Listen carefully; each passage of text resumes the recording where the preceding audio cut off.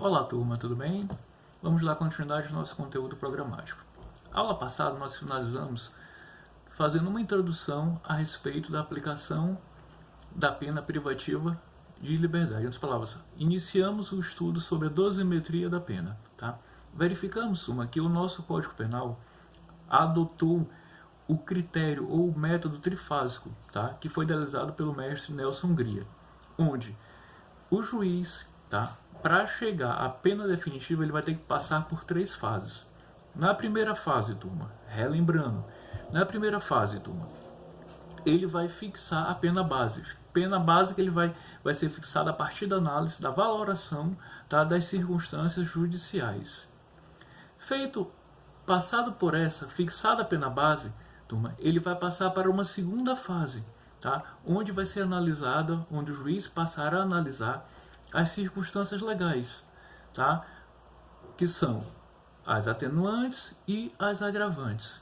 Vai fixar, que nós chamamos, feito essa análise, vai fixar uma pena intermediária. Passará então para a terceira fase, que será a onde ele irá analisar as causas de aumento ou diminuição da pena para chegar à pena definitiva, certinho? A partir de agora, turma, vamos analisar, tá, cada fase dessa de maneira individual. A primeira fase, como já dito, turma, é onde o juiz, tá, após análise das circunstâncias judiciais, tá, irá fixar uma pena base. Ele vai pegar uma pena combinada àquela pena estipulada, tá, no preceito secundário do tipo penal incriminador, tá, onde fixa uma pena mínima, pena máxima. Ele vai pegar uma pena, aquela pena combinada. A partir dali ele vai fazer a análise das circunstâncias judiciais. Circunstâncias judiciais estas, gente, que estão previstas no artigo 59 do Código Penal. Tá? Feito isso, ele vai chegar à pena base. Pergunta-se, o que vinha a ser circunstâncias judiciais? Ora, turma, circunstâncias judiciais são aquelas que constituem, turma, as particularidades do crime, tá? As particularidades do crime, envolvendo, turma, o fato em si e o agente, tá? Então ele vai envolver, vai analisar as circunstâncias dos crimes, vai analisar, turma, as particularidades do crime, pegando o fato e o agente, o fato e o autor do delito, tá? Influenciando, a partir da circunstância, tá, a aplicação da pena concreta. Certinho? Isso tudo, turma, de acordo com a convicção do magistrado. Certinho? Quais são essas penas, essas circunstâncias judiciais? A primeira, turma, circunstância é a culpabilidade. O que vem a ser culpabilidade, turma? Culpabilidade, gente, nada mais é do que o juízo de censura, tá? De reprovação, de reprovabilidade, certinho? Voltado ao fato e ao autor, tá? Beleza, turma? Então, culpabilidade é aquela reprovabilidade do crime, tá? O índice de reprovabilidade que o crime terá, certinho? Um exemplo, turma, podemos citar a prática de um roubo, tá? Mediante violência destemida. O juiz, ao analisar, tá? Ao analisar as circunstâncias, ele vai ver isso. Era necessário aquela violência utilizada? Sim ou não? Tá? Então ele vai fazer justamente aquela medição. Tranquilo, turma? Segunda circunstância judicial que está prevista lá no nosso Código Penal, artigo 59. O antecedente. O que é antecedente, gente?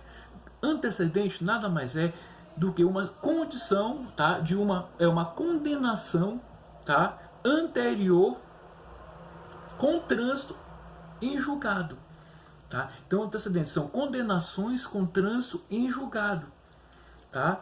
Existente antes da prática do ato criminoso. Com uma ressalva aqui, turma. Vou considerar o antecedente, essa condenação, desde que ela não incida, não tenha qualquer incidência na questão da reincidência, que é uma causa agravante. Certinho, turma? Beleza. Terceira hipótese, turma. Terceira circunstância que está lá prevista no nosso Código Penal, artigo 59. A conduta social. O que vinha a ser conduta social, gente?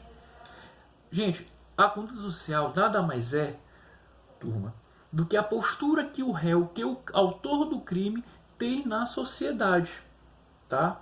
Inserindo para tanto a família, tá? No trabalho, no convívio com seus pares, certinho? Então, eu vou buscar, tá, nessa condição social, os fatos positivos e os fatos negativos do cidadão, do autor do crime, do réu, tá? Do agente, beleza, gente? Aí eu vou analisar, posso citar como exemplo como é ele, o agente como pai, como marido, como um profissional, como um amigo, certinho? Beleza. Há outra circunstância judicial, gente, que está lá previsto no nosso Código Penal, é a personalidade. Vocês podem perguntar, Ivo, o que é personalidade? Gente, personalidade é o conjunto, tá, de características do agente. É o conjunto de características do agente. Certinho, gente? É o modo de ser e de agir do agente, tá? É o modo de ser e de agir do agente. E o que significa isso? Por exemplo, posso, gente, é para dizer se o cidadão, se o agente é calmo ou se ele é irritado, se ele é agressivo, tá? Então, isso nós vamos enquadrar justamente na personalidade dele. O juiz, ao analisar a circunstância judicial para chegar à pena base, ele vai analisar justamente como é o agente, o modo de ser dele e de agir. Se ele é uma pessoa calma, se ele é agressivo, tá? Beleza. Outra característica, outra circunstância, gente, é o motivo do crime. E motivo do crime, gente, o motivo do crime é o que leva o agente a praticar aquele delito. Certinho? Tá? Então, são os antecedentes e os meios, tá? São os antecedentes e as metas, tá, que o agente quer atingir, tá? É isso que nós chamamos de motivos do crime, tá? É o antecedente, o que levou, tá, o crime o que levou o crime, tá, a fazer praticar aquele ilícito, tá? E qual a meta, para que ele queria alcançar, qual o fim que ele deveria alcançar. Certinho? Beleza, turma? Tá? Outra circunstância, gente, tá? É as circunstâncias do crime, tá? Circunstância do crime. E o que é circunstância do crime? Gente, circunstância do crime nada mais é do que o modus operandi, tá, empregado durante a execução daquele crime. É a maneira que ele vai agir, certinho? É justamente isso. Então, o circunstância do crime é o modus operandi, é a maneira que ele agiu para alcançar aquele crime, certinho? Aquele resultado. Beleza. Outra circunstância que é analisada, tá? Que estava previsto no nosso artigo 59, gente, do Código Penal. A consequência do crime. Gente, o que é a consequência do crime? Quando eu falo consequência do crime, leva o quê? É o resultado, não é isso, gente? Tá? Então a consequência do crime é justamente o simples resultado alcançado, tá? Ou que porventura queria alcançar o agente, o autor do delito. Tranquilo? E uma outra característica, uma outra circunstância lá que o juiz vai analisar para chegar à pena base, para finalizar a primeira fase, gente, é justamente o comportamento da vítima. E o que significa isso aí? Comportamento da vítima. Gente, significa que o juiz vai analisar a vítima, tá? A vítima, como ela contribuiu, se é que ela contribuiu de alguma forma para esse crime, para aquele delito, tá? Ou se ele provocou, turma, o agente a praticar aquele crime, certinho? Um exemplo, podemos exemplificar como esse comportamento do vítima. Digamos que Chiquinho esqueceu, tá, a janela do seu carro aberta. Dentro desse carro existia um aparelho notebook. Tiburcio passou e verificou. Então, de certa forma, ela facilitou aquele furto. Não foi, turma? Então, turma, justamente o juiz, tá, para chegar à pena base, repetindo a primeira fase, vai finalizar com a fixação da pena base pelo magistrado, tá? Ele vai justamente pegar uma pena combinada, aquela pena que está prevista lá no preceito secundário, tá, do tipo penal incriminador, tá? A partir daquela pena, ele vai fazer análise, a valoração das circunstâncias judiciais. Circunstâncias judiciais essas que estão previstas no artigo 59 do nosso Código Penal. Feito isso, ele vai chegar à pena base. Aqui, turma, o juiz fixou a pena base, encerra, finda a primeira fase da dosimetria da pena, da aplicação da pena privativa de liberdade. Passemos agora a analisar a segunda fase. O juiz passa a analisar a segunda fase. Essa segunda fase, turma, o juiz vai pegar essa pena base e vai começar a fazer uma valoração, vai analisar as circunstâncias judiciais, as causas, se há agravante ou atenuante. Beleza, turma? Antes disso, necessário nós fazermos um comentário do que vinha a ser circunstâncias legais. Turma, circunstâncias legais são as particularidades, turma, que envolvem, tá? São as particularidades que envolvem o crime, tá? São aquelas partes previstas expressamente na parte geral, tá? Expressamente na parte geral, expressamente previstas na lei, na legislação penal, certinho, turma, tá? Que geram causas de elevação ou de diminuição da pena. Lembrando, turma, que ao final, ao se findar essa pena base, tá? Ao se findar essa fase, essa segunda fase, a pena ali estipulada, que nós chamamos de uma pena intermediária, não poderá ser inferior ao mínimo legal, nem superior ao mínimo legal. Ela vai ter que ficar estabelecida, turma, entre esse patamar, o mínimo e o máximo, estipulado no preceito secundário do tipo penal incriminador. Tranquilo? Vamos lá. Falamos o que vem a ser circunstâncias legais. Circunstâncias legais da segunda fase estão analisadas, estão caracterizadas pelos agravantes, pelas agravantes e pelos atenuantes. Ivo, o que é agravante? O que é atenuante? Vamos lá, gente. Agravantes, turma. Agravantes, turma, são circunstâncias legais, como já dissemos, tá? São circunstâncias legais, como dissemos anteriormente, certinho? Previstas na parte geral do nosso Código Penal, tá? Então elas estão previstas na parte geral do nosso Código Penal, certinho? Que não são integrantes, não fazem parte da tipicidade derivada. Então, ela não compõe tipicidade derivada. Eles não compõem uma qualificadora, tá? É uma agravante, como estamos dizendo. Circunstância legal, é uma agravante, tá? Que nesse caso, turma, existindo um agravante, ela recomenda, tá? Recomenda que o magistrado, que o juiz, tá?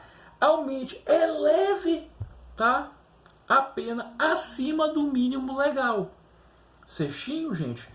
Observação. Vocês podem... Existe algum montante, que o juiz vai fixar? Gente, não existe uma regra específica, tá?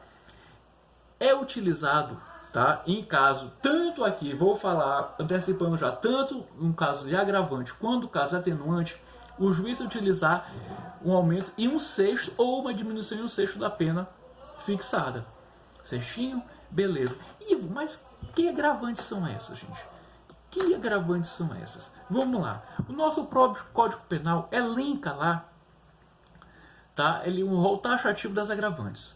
Quais sejam, gente? A reincidência, ter o agente cometido o crime, tá? Por motivo fútil ou torpe, para facilitar outro crime, tá? A traição, a emboscada, ou mediante dissimulação, ou outro recurso que dificultou ou tornou impossível a defesa do ofendido, com emprego de veneno, fogo, explosivo, tortura ou outro meio insidioso ou cruel, ou de que podia resultar perigo comum, contra ascendente, descendente, irmão ou cônjuge, com abuso de autoridade ou prevalecendo-se de relações domésticas, de coabitação ou de hospitalidade, ou com violência contra a mulher na forma de lei específica, com abuso de poder ou violação de dever inerente a cargo, ofício, ministério ou profissão, contra criança, velho, enfermo ou mulher grávida, contra criança maior de 60 anos, enfermo ou mulher grávida. Fixem isso aí.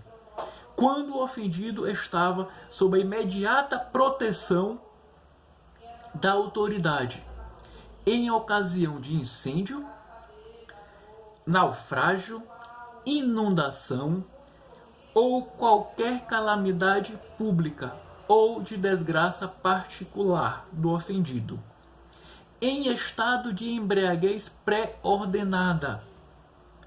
Beleza, gente? Esses são os casos. O nosso Código Penal dá ao elenco um rol taxativo. Somente poderá ser agravante esses exemplos.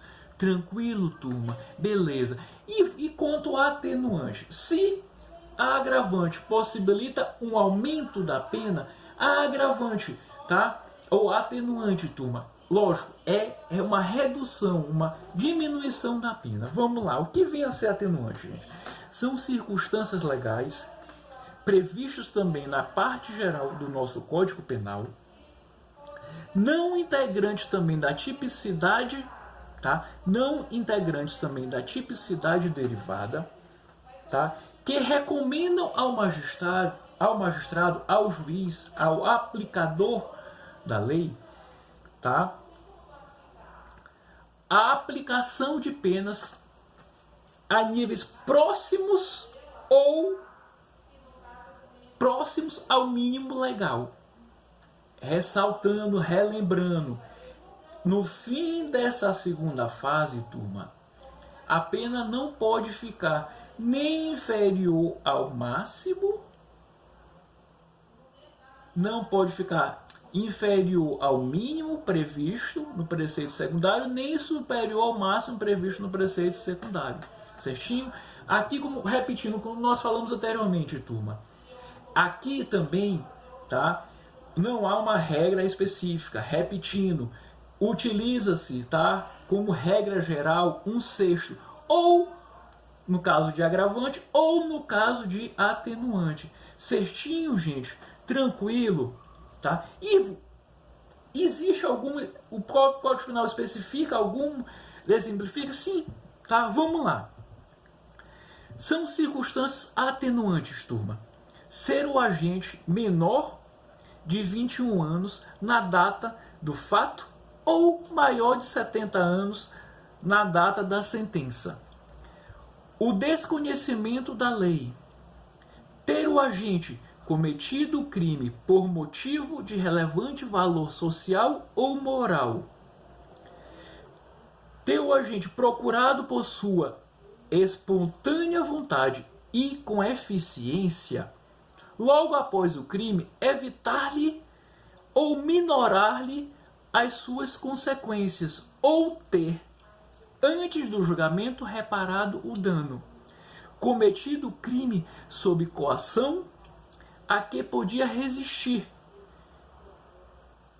ou em cumprimento de ordem de autoridade superior, ou sobre a influência de violência e emoção provocada por ato injusto da vítima, confessado espontaneamente perante a autoridade a autoria do crime, cometido crime sob a influência de multidão em tumulto, se não a provocou, tá? Então esses são exemplos, tá, que o próprio Código Penal traz como atenuantes.